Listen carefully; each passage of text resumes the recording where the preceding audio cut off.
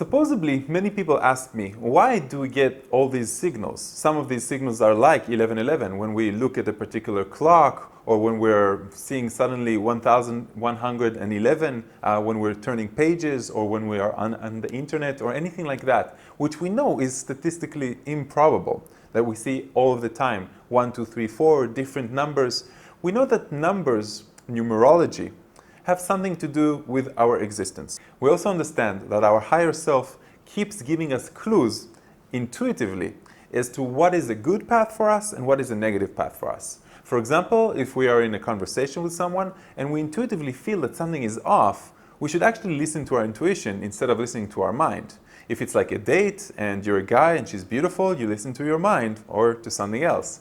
If it's a date and you're a girl and he's amazing, or he has some money, or you're interested in different things, and you're not listening to intuition that tells you something here is off. Maybe we're not talking in the same language. So 1111 is one of the things that is supposed to help us wake up. Where did we see 1111? What were we thinking in that moment? Who were we with at that moment? Take it as a sign. Now, the sign can be a good sign or a negative sign. Ask yourself how you intuitively feel about whatever it is that you're experiencing in that particular moment in time. Sometimes you'll see 1111 and next to it you'll see a book. Read the book. See what the book has to say. Look behind. Check out the author. Go on his, YouTube channel. Go on his page. See if you can understand, because these signs are becoming more and more, you can say, profound, strong, as we're shifting our consciousness. Now, all of humanity is actually changing for the better, for the high vibration.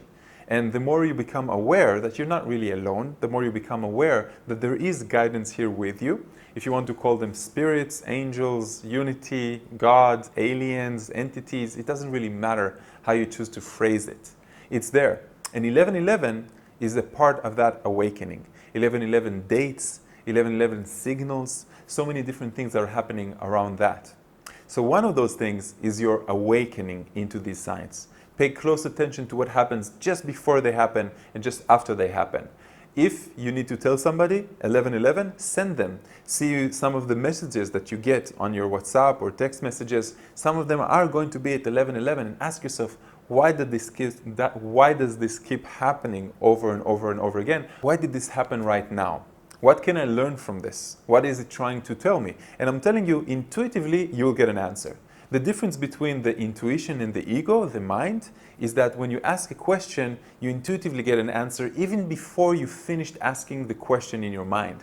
And then the second time, you can say the second level, or the thing that happens right after, is that your mind comes with a collision in your belief. So for example, you intuitively feel that you need to do something, and then your mind comes and says, oh, but you can't afford it. Or, oh, it's not the time for you. Or, oh no, you failed in the past, and stuff like that. So you always know that the mind and the ego that are trying to keep you in the comfort zone, they're always going to come second. Your intuition always going to come first, because it lives in a timeless state of being.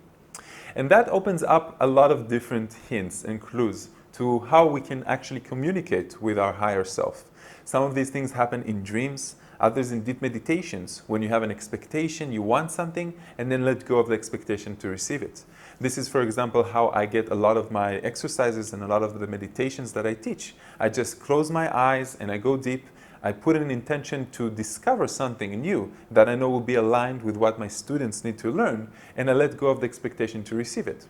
But these, how would say, the path of the breadcrumbs that we leave ourselves on our way back to complete unity, a part of that is the signs that we leave along the way. It's not only good signs, it sometimes can be bad signs. Sometimes your intuition is going to guide you into a situation that you asked to experience in order for you to learn what it is that you don't want. Because sometimes we need to learn what we do want by the negative way of actually learning what it is that we don't really want right now. So there's a few other things that I think you can say about 1111 or the signs of the spiritual awakening that you're going to see more and more as you move along in your own personal awakening. So to summarize, you can see 1111 and other signs all over the place. They're unique for you. They're unique for those people who are actually searching for them. And the more you search, the more other signs you're going to find as your higher self is giving you that breadcrumb trail back into your true self, your true identity. So my name is Ray. You are welcome to share this video. You are welcome to like this video. And of course, I'm going to see you guys in my next video. And if you want to check out my full online schedule, check it out at raymaor.com. Namaste, and I will see you in my next video.